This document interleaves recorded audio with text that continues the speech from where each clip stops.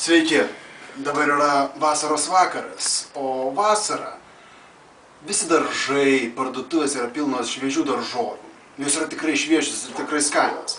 Tačiau šiandien mes pagaminsime sumuštinį, kurį galima pasigaminti ir žiemą, kadangi naudosime visas nešviežias produkcijas, kurias mums teikia parduotuvės. Taigi, pradėsime nuo sūrio, kuris yra tikrai nešviežio pieno produktas, marinuotų agurkėlių, saulėje džiovintų pomidorų, aliejuje. Aš nežinau, kiek jums laiko, bet garstyčių ir marinuotų alyvuogių. Vienintelis šviežias dalykas tai yra cebata, kurią mūsų operatorius atvežė dar šiltą.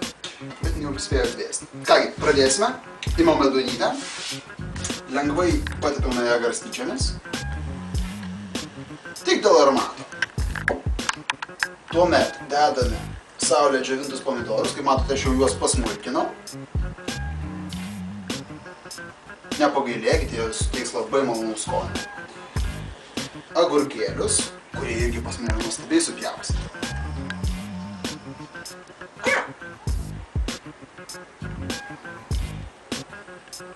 Ir be abejo alyvuogės. Viskas visiškai nešviežiai jūs duona taip.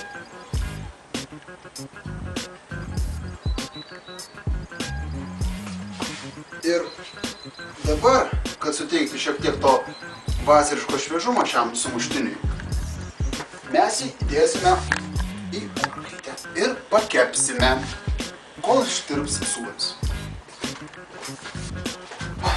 Kągi, sumuštinis iškepė. Mes jį laikėme 5 minutės 200 laipsnių temperatūros skalę pasiekusioje orkaitėje. 5 minutės sprendžiu pagal tai, kadangi operatorius vos spėjo surūkyti cigaretę. Kągi, skanaus!